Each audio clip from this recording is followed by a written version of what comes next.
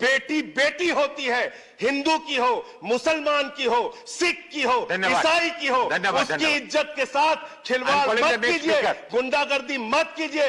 आप तय करने वाले कोई नहीं होते कौन क्या पहनेगा, कौन क्या खाएगा, कौन क्या कैसे रहेगा। This video is sponsored by Knowledge Park, the Creative School. Now, Mr. Sanjay Singh. आपने मुझे इस बजट पे अपनी बात कहने का मौका दिया। सर, मैं इस बजट पे और इनके डिजिटल इंडिया पे राजीव जी की एक कविता है, वो एक बड़े अच्छे कवि हैं, उन्होंने लिखा है, वो सदन के सामने सुनाना चाहूंगा। खाओ डिजिटल, गाओ डिजिटल, देश का बैंड बजाओ डिजिटल, रुपया डिजिटल, बैंक भी डिजिटल और सेना का टैंक भी डिजिटल। बच्चे पाए डिजिटल शिक्षा और फिर मांगे डिजिटल भिक्षा। बच्चे पाए डिजिटल शिक्षा और फिर मांगे डिजिटल भिक्षा।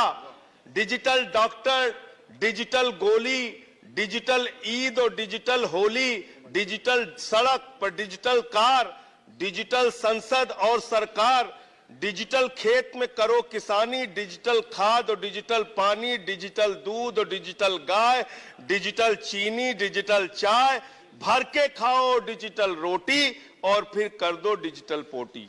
ये इस बजट के बारे में एक कवि की प्रतिक्रिया है मान्यवर। और जो इस सरकार के दावे हैं उस पे थोड़ी बात कर लेते हैं मान्यवर। इन्होंने कहा है कि 60 लाख नौकरियां देंगे। मैं पूछना चाहता हूं, आपने तो स्वयं स्वीकार कर लिया, पहले तो आप 2-2 करोड़ करके लोगों को मूर्ख बनाते रहे और अब आप खुद स्वीकार कर रहे हैं कि 2 करोड़ आपके बस की नहीं है। अब आप 60 लाख नौकरियां देने की बात कह रहे हैं। और आप नौकरियां कैसे दे रहे हैं नौजवानों को मान्यवर?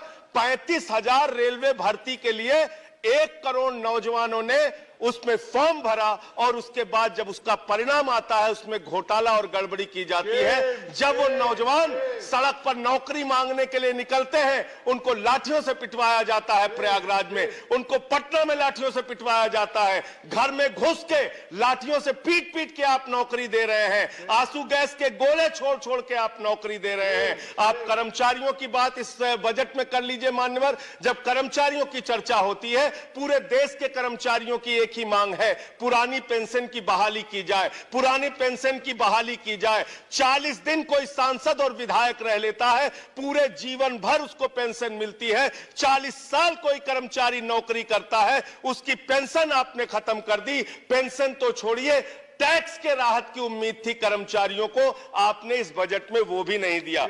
इसके साथ साथ मान्यवर, आपने इस बजट में किया क्या है? 22 तक सबको घर देने की आपकी योजना थी, वो 22 तक घर देने की योजना भी पूरी तरीके से जमीन पर उतर के नहीं आई, वो भी फेल साबित हुई। जब आपसे पूछा जाता है सरकार की उपलब्धि क्या है, सरकार की आमदनी क्या है, आप सीना ठोक के कहते हैं अरे हमने तो आमदनी बढ़ा दी, देश का एयरपोर्ट बेच दिया। फिर आपसे पूछा जाता है कुछ आमदनी बढ़ी क्या सरकार की, कहते हैं हाँ बिल्कुल बढ़ा दी, steel authority of India limited बेच दिया, कोल इंडिया बेच दिया, बीपीसीएल बेच दिया, एलआईसी बेच दिया, बैंक बेच दिया, पोर्ट बेच दिया, सब कुछ बेचने का काम किया। ये आपका मेक इन इंडिया है, ये आपका डिजिटल इंडिया है। मानवर, मैं खत्म कर रहा हूं मानवर। मैं मनरेगा की आप बड़ी पीठ थपथपाते हैं अपनी, मनरेगा की चर्चा बहुत होती है, मनरेगा का बजट आपने खत्म कर दिया, खाद की सब्सिडी आपने कम कर दी। इसका मतलब जो गरीबों को अन्न देने की योजना है वो भी योजना एकमात्र आपकी दिखावा है और मार्च के बाद गरीबों को अनाज हिंदुस्तान में मिलना बंद हो जाएगा। अंत में आपके माध्यम से एक ही सरकार से अनुरोध करना चाहूंगा कि अपना ध्यान देश की तरक्की पर लगाइए, देश को आगे बढ़ाने पर लगाइए। बेटी बेटी होती है, हिंदू की हो, मुसलमान की हो, सिख की हो, ईसाई की हो, उसकी इज्जत के साथ खिलवाड़ मत कीजिए, गुंडागर्दी मत कीजिए। आप तय करने वाले कोई नहीं होते कौन क्या पहनेगा, कौन क्या खाएगा, कौन क्या कैसे रहेगा, कौन Zafar Islam, I'm sorry.